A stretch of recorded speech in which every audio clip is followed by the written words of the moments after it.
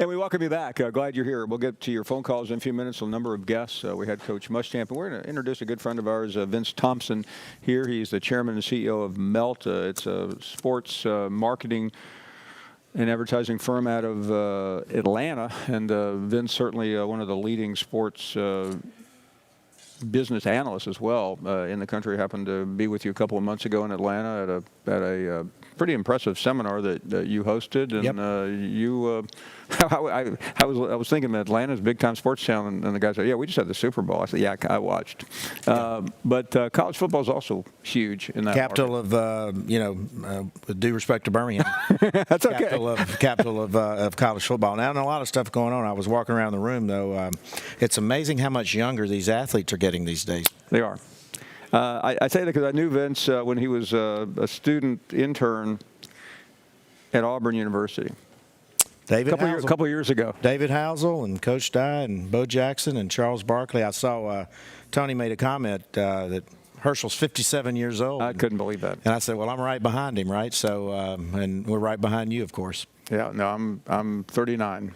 And holding. Yeah, I mean, I remember distinctly my first year or two out of college. I went over, and this is how different it was, Vince. Drove over to Athens the week of the Auburn-Georgia game in 1980 and interviewed Herschel for about 30 minutes because Claude Felton, the athletic, the sports information assistant there, felt like it would help him in the Heisman voting. I mean, can you imagine that now with a player of his? I mean, he was already iconic. That's unbelievable. And the same with Bo right behind that. Yeah, no. If you think about it. I remember that one pretty well. I mean, it's crazy to think about it. I always like to tell this when I'm with you, is that I remember always pulling up in 1985 in the parking lot of WAPI AM. Right, big time. And sitting in there with you. Now look at how far you've come.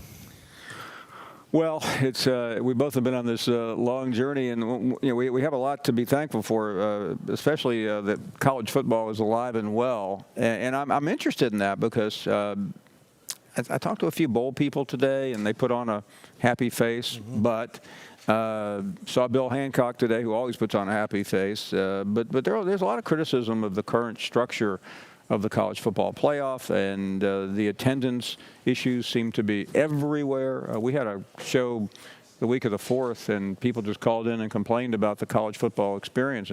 And Vince, it was frightening to hear. Right. Where are we? Well, there's a lot of challenges and there's a lot of opportunities, and I call it an evolution. And you've got several issues going on, and Michael Smith from our Sports Business Journal and I had an amazing roundtable with our students from Melt University, 37 kids. Saw that. And it was a fascinating focus group. But it was very positive. All is not lost in this right now. But there's definitely an evolution going on. One is the sophistication of the experience between what people are having at, say, the Georgia Mercedes Dome versus, say, an Auburn or an Alabama. Right. So the gap has gotten wider. So that's got to consolidate. Interestingly, they were sort of nonplussed about the beer sales. Ironically, they wanted more. Explain that, because we were down in Destin, they passed it, and then now everyone's saying we don't want to do it.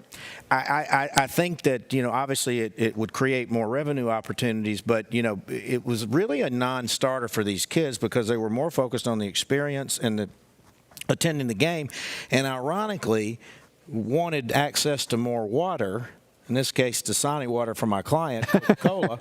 Got to get that plug in. But they were more concerned about the water. They were more concerned about the crowded seating. They were more concerned about the matchups. These were very sophisticated kids, and interestingly, even with the student debt and student loans, they would be willing to buy the season tickets if the matchups were correctly, they were priced right, and consistent game times.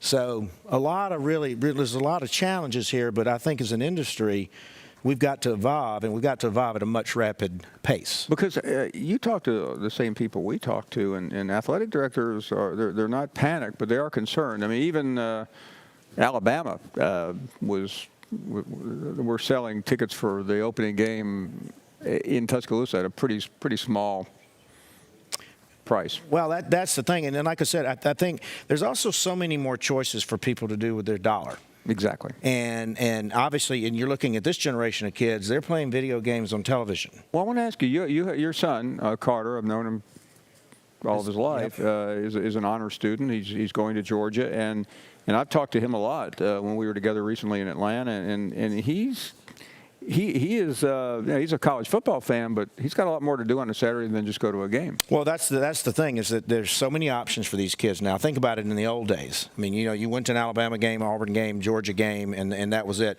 But there are challenges with the consistency of the starting times, consistency with the experience in the stadium versus what you can view at the home. I mean, it's kind of a double-edged sword in the golden goose. But I'm bullish on the fact that we as an industry are willing to listen and evolve this. So you think it's solved? I do think it's solvable. An interesting take too that these kids had were they were bullish on allowing the student athletes to monetize their image and likeness. They were not bullish on paying them. Okay. But there was an interesting correlation between what these kids say they are able to do with technology and what the student athletes are not able to do. So what I found is these kids are very, very tuned in to what's happening a lot more than we think, but we need to be listening to them a lot closer. Is that going to happen? I think we've got to challenge ourselves. I think we've got to challenge, a lot of people in this room. I think we've got to challenge industry, the network executives, because they are the future consumers of this. We're fine right now, but where we're going to be 3, 5, 10 years down the line, because that's the next consumers of season tickets and the products that we're all associated with. Well, and listen, I don't want to come off here and say that the commissioners, the Power Five, and people that we work for here aren't concerned. They are very concerned, and the information that you just disseminated is critical. But it does seem like we're at a tipping point. Yeah, I mean, I think too. We've got to embrace this with a modicum of speed. I don't think we got many years to think through this. No, we don't need a committee. No, we don't need a committee. We need actually action. And like I said, we learned so much from these kids, and it was very enlightening. But I keep coming back to what.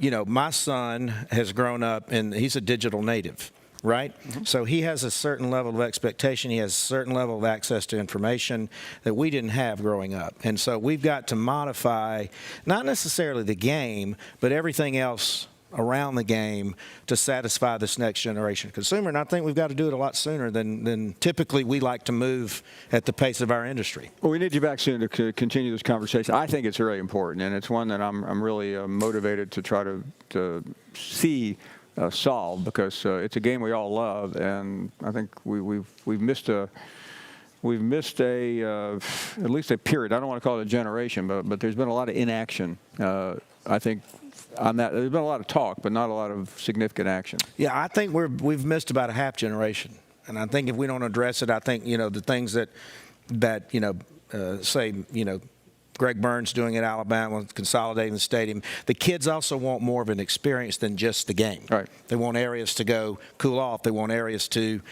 socialize with their fans. So we've got to evolve it outside the game into more of an experience. Well, I was telling you, as we're wrapping up here, I was telling you, both of our close friend Michael Smith, and he's talked a lot to what they're doing in Austin, and that may be at the tip of where people need to point, because they are trying to revolutionize the game day experience.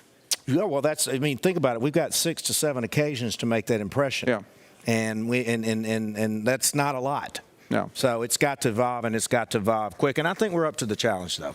Good deal. Vince Thompson, one of the leading sports analysts of business, and also quite an entrepreneur in Atlanta, has a lot to do with what we do here, and we appreciate it. Vince, thanks. Come back very soon. Thank you, Paul. We'll see you. Joe Moorhead a little bit later on. Your phone calls as well at 855-242-7285. Don't forget tomorrow, among the guests, Gus Malzahn.